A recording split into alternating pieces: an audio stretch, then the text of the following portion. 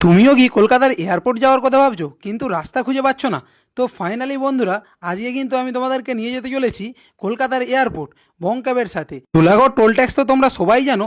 তো Dhulagarh toll tax পেরিয়ে NH-16 ধরে এগোতে থাকলে ঠিক 12-15 কিলোমিটার এগোনোর পরে দেখতে পাবে মাইল বোর্ডে লেখা রয়েছে বাঁদিকে কলকাতা আর সোজা গেলে এয়ারপোর্ট। তো বাঁদিকে দেখতে পাচ্ছ কিছু গাড়ি বেঁকে যাচ্ছে, যেটা কিন্তু সাঁতরাগাছি হয়ে সেকেন্ড ব্রিজ হয়ে পুরো কলকাতা চলে যাচ্ছে। আর আমরা এয়ারপোর্ট যাব, তাই আমরা সোজা রাস্তাটা বেছে 2 কিলোমিটার এগোনোর পর দেখতে পাবো মাথার ওপর দিয়ে একটা ব্রিজ চলে যাচ্ছে। তো বাঁদিক দিয়ে ব্রিজে উঠে গেলে ওই রাস্তাটা চলে যাচ্ছে কিন্তু ডোমজুর। আমরা এয়ারপোর্ট যাব, তাই ব্রিজের নিচে দিয়ে আবারও সোজা এগোতে থাকলাম। 5 কিলোমিটার এগোনোর পরেই দেখতে পাবো যে দুটো রাস্তা ভেঙে গেছে। একটা কিন্তু ডান দিকে চলে যাচ্ছে, যেটা কিন্তু দিল্লি বা বর্ধমানের দিকে চলে যাচ্ছে। আর একটা দেখতে পাচ্ছ মাইল বোর্ডে লেখা আছে বাঁদিকে কলকাতা। তো বাঁদিকের রাস্তাটা বেছে নিয়ে বড় একটা টার্নিং ঘুরেই আমরা মাথার উপরে দেখতে পেয়ে যাব একটা ব্রিজ। এই ব্রিজ দিয়েই কিন্তু আমরা একটু আগে এলাম। ব্রিজের নিচে দিয়ে একটু এগোতেই কিন্তু দেখতে পাবো একটা মাইল বোর্ড, আর দেখতে পাবো দুটো রাস্তা ভেঙে যাচ্ছে। বাঁ দিক দিয়ে কিছু গাড়ি চলে যাচ্ছে, যেটা কিন্তু নো টোল হয়ে চলে যাচ্ছে, যেটা বালি হয়ে দক্ষিণেশ্বর চলে যাচ্ছে। আর আমরা যেহেতু টোল কেটে এয়ারপোর্ট যাব, তাই আমরা টোল রোডটা বেছে নিলাম। এই রাস্তাটা কিন্তু খুব শর্টকাট হয়। আর টোল কেটে কিন্তু 2 মিনিট এগোতেই আমরা পৌঁছে গেলাম বালি ব্রিজ অর্থাৎ দক্ষিণেশ্বর মন্দিরের কাছে। তো আর একটু এগোলেই দেখতে পাবো দুটো রাস্তা ভেঙে যাচ্ছে। দিকের রাস্তাটা কিন্তু চলে যাচ্ছে শ্যামবাজার হয়ে কলকাতা স্টেশন, আর বাঁদিকের রাস্তাটা কিন্তু এয়ারপোর্ট আর দক্ষিণেশ্বর মন্দিরও কিন্তু এই রাস্তা দিয়েই তোমরা যেতে পারো। তো আবার একটু এগোতেই দেখতে পাচ্ছি রাস্তাটা দুটো ভাগে ভাগ হয়ে যাচ্ছে।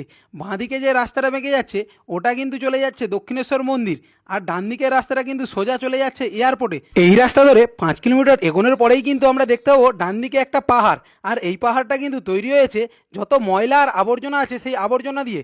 ঠিক ওই পাহাড়টা পেরোনোর পরেই দেখতে পাবো একটা নতুন ফ্লাইওভার তৈরি হচ্ছে। আর একটু এগোনোর পরেই কিন্তু দেখতে পাবো দুটো রাস্তা ভাগ হয়ে যাচ্ছে। একটা চলে যাচ্ছে বাঁ দিকে কল্যাণী এক্সপ্রেসের দিকে, আর একটা কিন্তু ডান দিকে। তো ডান দিকের রাস্তা ধরে ঠিক 7 কিলোমিটার এগোনোর পরেই কিন্তু আমরা দেখতে পাবো সামনেই একটা ফ্লাইওভার। এয়ারপোর্ট যাওয়ার জন্য কিন্তু এই ফ্লাইওভারটাই ধরতে হবে। আর ফ্লাইওভারের বাঁ দিকের রাস্তাটা ধরলে কিন্তু তোমরা পৌঁছে যাবে মধ্যমগ্রাম বা বারাসত। ফ্লাইওভার থেকে নামার পরেই দেখতে পাবে একটা সিগন্যাল, আর সোজা যে গাড়িগুলো চলে যাচ্ছে ওগুলো কিন্তু নাগের বাজারের দিকে চলে যাচ্ছে।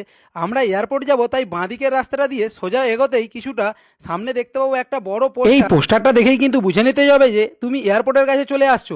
তো মাথার উপর দিয়ে যে টার্মিনাল যাচ্ছিল তার ঠিক বাঁ দিক দিয়ে ইউটার্নের মতো নিয়ে আমি চলে এলাম কলকাতা ইন্টারন্যাশনাল এয়ারপোর্ট। আর এখানে ঢোকার সময় কিন্তু গাড়ির স্পিডটা খুব লিমিটেই রাখতে হয়, না হলে কিন্তু মামারা বসে আছে। আর একটু এগোনোর পরেই কিন্তু দেখতে পাবো বাঁ দিকে একটা ফ্লাইওভারের মতো উঠে চলে যাচ্ছে, এবং ডান দিকে একটা পার্কিং এর দিকে রাস্তা চলে যাচ্ছে। বাঁ দিকের রাস্তাটা যদি তুমি কাউকে ড্রপ করতে আসো এয়ারপোর্টে, তো বাঁ দিকের ওই ফ্লাইওভার ধরতে হয়। আর কাউকে পিক আপ করতে আসলে কিন্তু ডান দিকের রাস্তাটা ধরতে হয়। তো তোমরাও কারা কারা এই রাস্তা ধরে এয়ারপোর্টে আসছো আমাকে একটু কমেন্টে জানিও। আর কলকাতার কোন রাস্তা জানতে যাও সেটাও কমেন্টে একটু জানিও।